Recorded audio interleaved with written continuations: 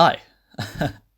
uh, yeah, you may be wondering, oh, this is a very weird start to a Sparta remix, but no, I thought I'd try and make something a little different this time. And for today's video, I'm going to be talking about a piece of motorway which was never finished. And why would I want to talk about this, you ask? Because I like the idea of seeing what could have been, and there are several visual clues that help explain the thinking behind it if you look in the right areas. The places you see from above could have looked completely different to what they do now, as well as the effects it could have had on traffic and travel choices. But without further ado, let's begin.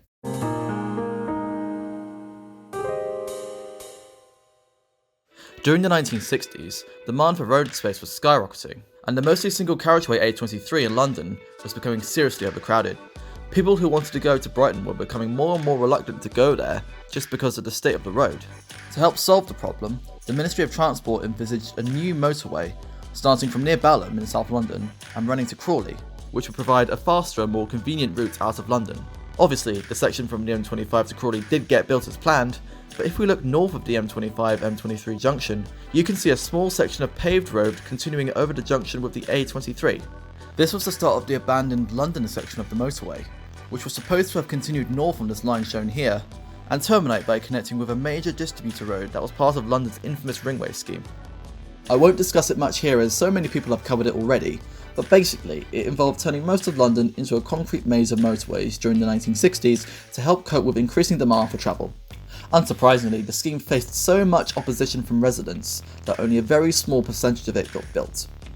However, the original plan for the M23 route involved it having it end at one of the ringways in South London. Since the ringway there was never built, there was nowhere for the M23 to logically end. And since most of the roads in South London are small, two-lane roads anyway, there was no way they could cope with the traffic loads coming from the motorway. Also, the planned route involved a monumental amount of destruction of property in order to create enough space for it to be built. It involved cutting through Chipstead Valley, followed by a large concrete viaduct over the lovely town of Chipstead itself, the demolition of all these properties heading through the Sutton and Wallington area, the construction of what was presumed to be a large junction with the A232, A236 and A237, and then following the railway up until the ringway junction at Streatham. Wow, that all sounded pretty terrifying, didn't it? All of that had to be changed in order to accommodate this motorway. It just goes to show how little future-proofing there was in South London. I mean, look at it. Where's the space? How could you possibly put a large 6-lane motorway through all this? No wonder they couldn't finish it. So, with nowhere to end it, a highly ambitious and ridiculous route, and widespread opposition from affected residents, the extension plan slowly faded away until being formally withdrawn during the 1990s, with the existing A23 expected to hold itself as the principal route from central London to the south.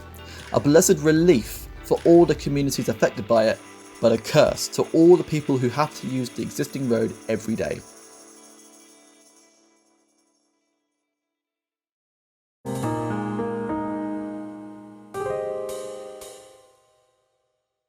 Well, not really, but I have been looking at other ways the motorway could have been built.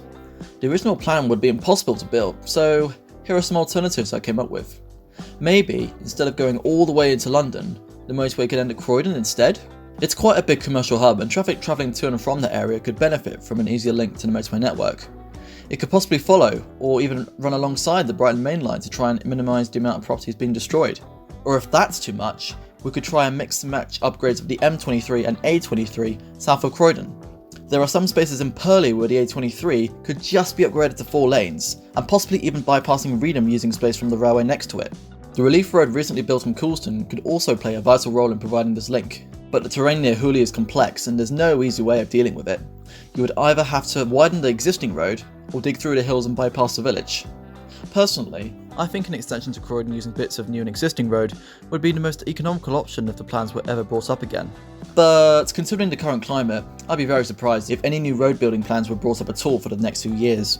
So yeah, that pretty much sums it up for this video. Thank you very much for watching, and I'll see you next time. Bye bye.